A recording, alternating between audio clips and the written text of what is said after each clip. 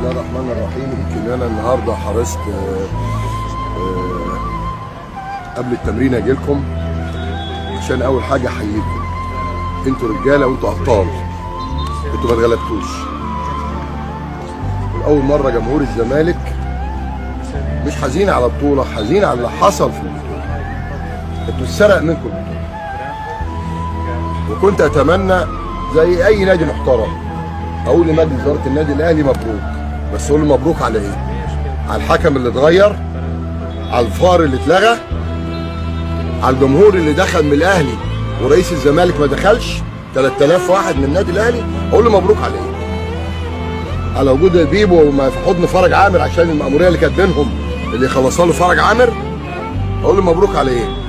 ان عندي لاعب موهبه ما جاتش في تاريخ مصر. مش انا اللي قلت الكلام ده والله، ده الكابتن حنفي بسطان اللي هو شيكابالا.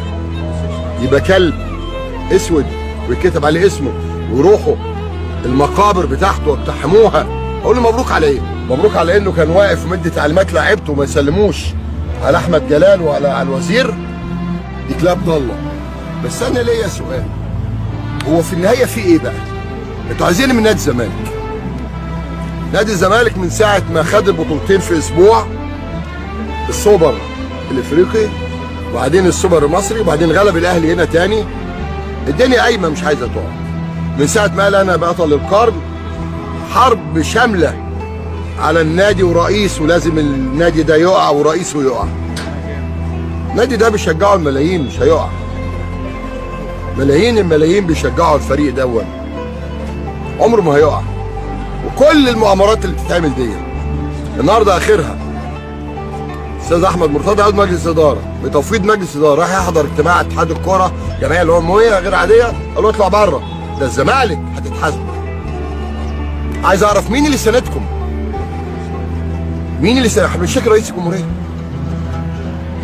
بنقول له الولاد دول انظلموا، حكم بيتغير، فضل بياخد التذاكر يديها لجمهور الاهلي. عندي لاعب اسمه شيكابالا موهبه فذه منتخب، جابوا كلب اسود. هو انتوا بتستفزوا اهل النوبه ليه؟ بتستفزوا الناس بتوع اسوان ليه؟ او انتوا بتستفزوا جماهير الزمالك ليه؟ عايزين توصلوهم لايه؟ وبعدين يروحوا مقابر اسرته نحش، والتشكيل عاملينه وحاطين تابوت مكان صورته. هي دي بقت مصر؟ ده انتوا لعبتوا في ظروف غير طبيعيه. ده كويس والله، 3 كور، كوره في العارضه وكورتين جونيه. هو ده فرج عامر وده شغله، ومعاه مسلماني ده اللي جاي جاهز الحاجات دي. ما بيخسرش الراجل ما شاء الله بدماغه دي، اللي جاي من بلده 100 100. واللي نفسي اقول للاهلي مبروك، مجلس ادارته مبروك. بس مبروك على ايه؟ انهم كسروا اتوبيس الفريق؟ انهم كانوا جاوا مقتحموا بوابه النادي؟ القصه من البدايه مش هي كده. مين اللي يقف على منصه التتويج؟ هو بيجيبوا الاسطوره. انما مرتضى لا ما يقفش، كفايه عليه كده. هو مش خد بطولتين، واحده في قطر العدو الاول لمصر والبطوله الثانيه في ابو ظبي، كفايه عليه. بس احنا مش هنحبط، احنا لسه قدامنا المشوار طويل، وانا نفسي طويل قوي قوي، ومتوقع اي حاجه. وبقول اللي في دماغي كفايه كده بقى، كفايه. عندك ايه تاني؟ تركي 186 مليون جنيه يديهم لمرتضى يحطهم في النادي وملمس مليم، ويطلع الراجل يقول دول فلوس مرتضى منصور اديتهم له هو، وقال لي لا حطهم بقى في اللعيبه اذا كان حمد النقاز او ساسي او الراجل مدير الفني، وغيري خد الفلوس في جيبه وبيسقفوا له. انا اتمنى طبعا ربنا يوفقكم ورجعوا طاقه النصر هنا. انتوا ما اتغلبتوش زي ما قلت لكم، والله العظيم ما اتهزمتم، انتوا اتسرقتوا.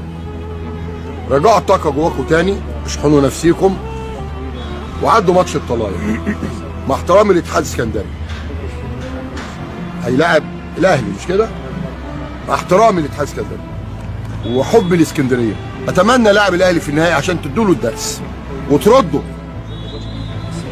الناس هتنسى على فكره يا شيكابالا قله الادب والكلب والتابوت، وهتفتكر حاجه واحده، انك جبت جون محدش جابه في التاريخ ولا مارادونا. خلي بالك، يعني قله الادب والسفاله والانحطاط ده كله الناس هتنساه في لحظه، وهتفتكر حاجه واحده، الجون بتاعك هو ده اللي هيبقى في ذاكره الاهلاويه قبل الزملكاويه.